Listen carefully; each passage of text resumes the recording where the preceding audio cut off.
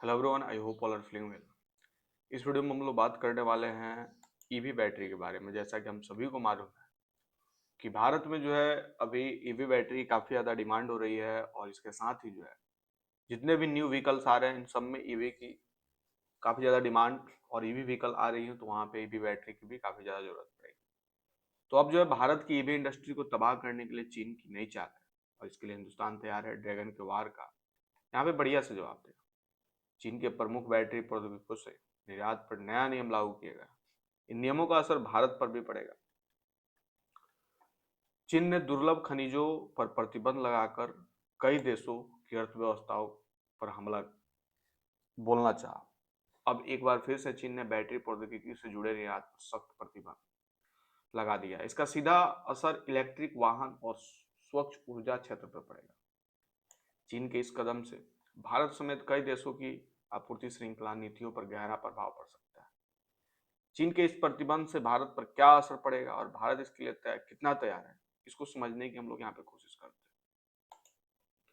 इनमें lithium iron phosphate LFP और lithium manganese iron phosphate LMFP battery cathode बनाने की भी दिशा में। इसके साथ चीन ने ब्राइन और एस्पिडोम्यून से लिथियम निष्कर्षण और शोधन की हाई टेक्नोलॉजी के निर्यात पर भी रोक लगा दी। इस तरह की तकनीक को दूसरे देशों को भेजने के लिए निर्यातकों को चीनी सरकार से विशेष अनुमति लेनी होगी।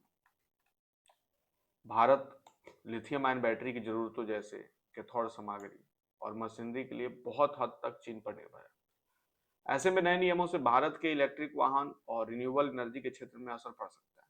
भारत का लक्ष्य है कि 2030 तक 30% इलेक्ट्रिक वाहन बिक्री और नवीकरणीय ऊर्जा क्षमता को बढ़ाने का।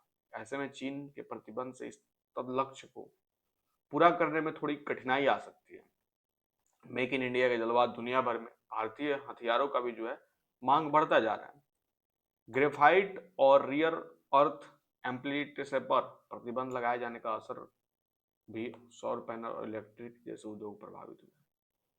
अब बैटरी टेक्नोलॉजी पर प्रतिबंध लगाने से जोखिम और बढ़ सकता है। भारत इलेक्ट्रिक वाहनों और रिन्यूएबल एनर्जी को बढ़ावा देने के लिए पिछले 10 सालों से कई बड़े कदम उठाए। मोदी सरकार की प्रोडक्शन लिक्विड इंसेंटिव PLI योजना और fame faster adoption and manufacturing of electric vehicles योजना बैटरी उत्पादन जैसी योजनाओं लोगों को ईवी अपनाने के लिए प्रोत्साहित कर रही है। बैटरी सामग्री और तकनीक के लिए हम दूसरे देशों पर निर्भर हैं। ऐसे में चीन द्वारा लगाए गए प्रतिबंध को भारत एक अवसर और चुनौती के रूप में देख रहा है। भारत इस दिशा में खुद को आत्मनिर्भर बनाने के लिए भी काम कर रहा है। चीन पर निर्भरता कम करने के लिए भारत ऑस्ट्रेलिया और दक्षिण अमेरिका जैसे देशों से लिथियम आपूर्ति बढ़ाने की दिशा में भी काम कर रहे हैं। इसके साथ स्थानीय बैटरी उत्पादन और नई तकनीकों को निवेश को बढ़ावा देने के लिए कई तरह की योजनाओं पर भी काम चल रहा है। तो ये थी छोटी सी इंफॉर्मेशन ईवी से रिलेटेड। आई होप आपको समझ में आई होगी। और 2026 में जो है पेट्रोल कारों का अंत शुरू हो चुका है। बाकी आगे देखते हैं।